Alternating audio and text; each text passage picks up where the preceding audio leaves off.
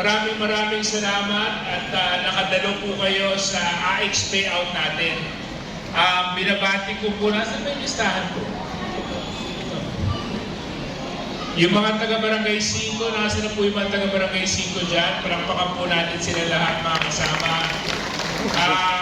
Barangay 6, Barangay 7, Barangay 8, Barangay Gis, Barangay 11, Barangay Kota, Dalahigan, Gulang-Gulang, Ibabang Dumay, Ibabang Iyam, Ilayang Iyam, Barangay 1, Barangay 2, Market View, Mayang Crossing, Mayo Silangan at Mayo Kanluran. Ngayon po ay meron tayong 1,400 lusinahin na mabibigyan po natin ng tulong.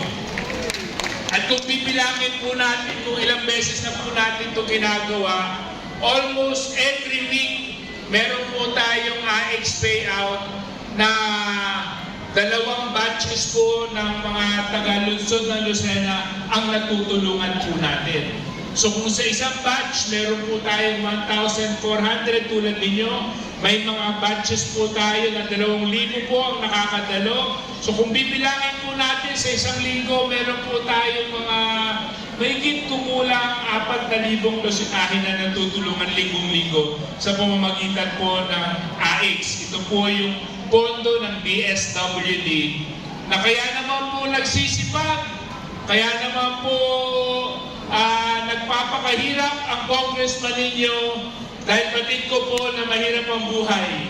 At kailangan natin na sa mga hamon na hinaharap natin ay meron po tayong tulong na napapakinabangan mula sa pamalang lalawigan.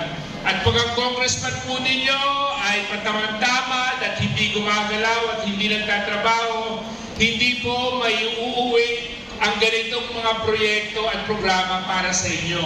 Ito po ay hindi 500 piso. Ito po ay hindi 1,000 piso. Magkano mo matatanggap nila? Ito po ay 3,000 pesos. Bawat isa matatanggap po ninyo lahat. At ito po minamahal ko po kalunsod dito po sa ating syudad. Nakikita niyo naman po na marami. Kaso lang po kayo mag-alala dahil hindi lang po ito si Congressman J.J. Suarez. Dahil kung ganito karami po ang kayang tulungan ni Congressman J.J. Suarez, pakisabi lang po sa inyo mga kapitbahay at mga kabarangay, kung sila po ay dumaan sa anumang paghirap at pagsubok at hamon sa buhay, kung hindi man kayo masasagot ni Congressman J.J. Suarez, nandyan naman po si Congresswoman Ana Villarasa Suarez ng Alola Party List. At alam po ng mga taga-lungsod ng Lucena yan, sa sino mang na-o-ospital na dadalhin sa Quezon Medical Center, dadalhin sa St. Anne, dadalhin sa Mount Carmel, dadalhin sa doctors, pati po pala sa mga private hospital, may ponte lang po tayo. Pumunta lang po kayo sa district office namin, pumunta lang po kayo sa district office ng Alola Party List, hindi bababa, automatic, may 20,000 pesos po kayo matatanggap na tulong galing po sa amin. At ito po lahat mga pinamahal ko mga kasama, ay pondo po ito ng pamalang nasyonal. Hindi po ito pondo ni Congressman J.J. Suarez. Hindi rin po ito pondo ni Congresswoman Ana. Ito po ay pondo ng national government na sinisiguro po namin na mararamdaman ng bawat lusinahin sa ilalim ng termino ng ating Pangulong Bongbong Marcos. At napakalaki po ng utang na loob natin lahat dahil po sa kapaitan ng ating House Speaker Martin Romualdez dahil siya po ang nagiging daan upang maibaba po natin ang ganitong mga tulong sa ating pong mga kababayan. Kaya palakpakan po natin si Speaker Martin Romualdez. Ngayon po mga kasama, kita niyo na po at ramdam ninyo, hindi ipinagkakait ang tulong para sa inyo. At itong ginagawa natin, kung sa palagay nyo, ito na kaya ang huli, hindi po. Uulit at uulit-ulitin ko pa po ito. Ang problema ko nga, kung wala lang sanang barangay elections next week, sa susunod na linggo magpe-payout pa sana si Congressman JJ Suarez. Eh kaso lang may barangay election, sabi ng COMELEC, bawal. Kaya hanggang Thursday lang po kami. Kasi pagkatapos ng election ban, payout na naman po tayo. Habang nagpi-payout tayo, ano po ang nakikita natin sa ating kapaligiran? Mga taong nabigyan po natin ng emergency employment sa pamamagitan ng tupad. Isipin ninyo, sa 10 araw pagtatrabaho, ang isa sa mga kababayan at beneficiaries ng tupad makakatanggap ng 5,200 pesos. Sino po dito hindi pa napapasama sa tupad? Pakitaas ang kamay. Okay, sino ba nakasama na nung una? Meron na tayo natulungan. Nung una, 4,700 lang yung natanggap ninyo. Ano? Ngayon, dahil tumaas na po yung minimum wage, sa Calabarzon, 5,200. Kaya akala nyo, swerte kayo nung una. Hindi, malas kayo. Kasi swerte yung mga susunod. At ito, kung hindi po kayo napasama, at gusto nyo po magpapasama, alam niyo naman ang congressman ninyo. Hindi po ako namimili ng mga taong tinutulong. Basta kailangan nyo po ng tulong, nandito po kami ni Congresswoman Ana, tutulungan po namin kayo lahat. Ngayon, paminapan ko po mga kalunsod, ako naman po ay may papakiusap. Pwede po ba ako makiusap sa inyo? Kailangan din natin habaan ng konting speech ko. Kasi yung mga taga-DSWD, nandito pa lang sa IAM, natatraffic. Nag-payout kami kanina sa Chao. Ngayon, ito ang pakiusap ko. Kita niyo naman, ako wala akong pinipili. Basta pumunta sa opisina, tutulungan natin. Sa susunod na linggo, magbabaranggayan. Ang pakiusap ko sa inyo lahat, huwag po kayo magpapadaan sa anumang pananakot, sa anumang paggigipit, sa anumang mga sinasabing babawian kayo ng mga ganitong benepisyo kung hindi ito ang kandidatong inyong iboboto.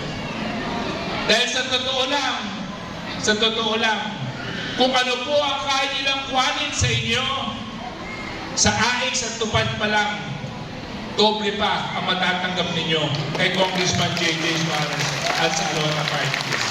Ang pakiusap ko lang sa inyong lahat ay iboto niyo po kung sinong sinisigaw ng puso ninyo. Ha? Pwede? Okay? Hindi yung dinitikta, hindi yung isinusubo, hindi yung isinasaksak na lang sa inyong mga isip na dapat ito, kalayaan po ninyong pumili kung sino ang dapat maglingkod sa inyo at hindi yung kalayaan ng ibang tao, kalayaan ninyo yun. Okay? At kung pinahahalagahan niyo po ang inyong mga sarili, yun po ang gagawin ninyo. Dahil kung ano man po ang mangyayari pagkatapos ng eleksyon, sigurado, tulad ng araw na sisikat bukas, matapos ang barangay election na yan, si JJ Suarez pa rin ang congressman ninyo. Si JJ Suarez pa rin ang lalapitan ninyo. Si Congresswoman Ana nandyan, si House Speaker nandyan, si Presidente Bongbong Marcos nandyan, at kung ano man ang programa at serbisyong kailangan maramdaman ng mga taga-lungsod ng Lucena. Sabi nga ni Mariah Carey sa kanyang kanta, "Just call my name and I'll be there." At syempre, huwag natin kakalimutan si Bukalbong Talabo. Palakpakan naman natin si Bukalbong. Right? So, yun lang po mga kasama aking maikling mensahe. Ang mas mahalaga ay, nandiyan na ba yung mga taga-DSWD? Sila na ba yan? O, palakpakan po natin ang mga taga-DSWD!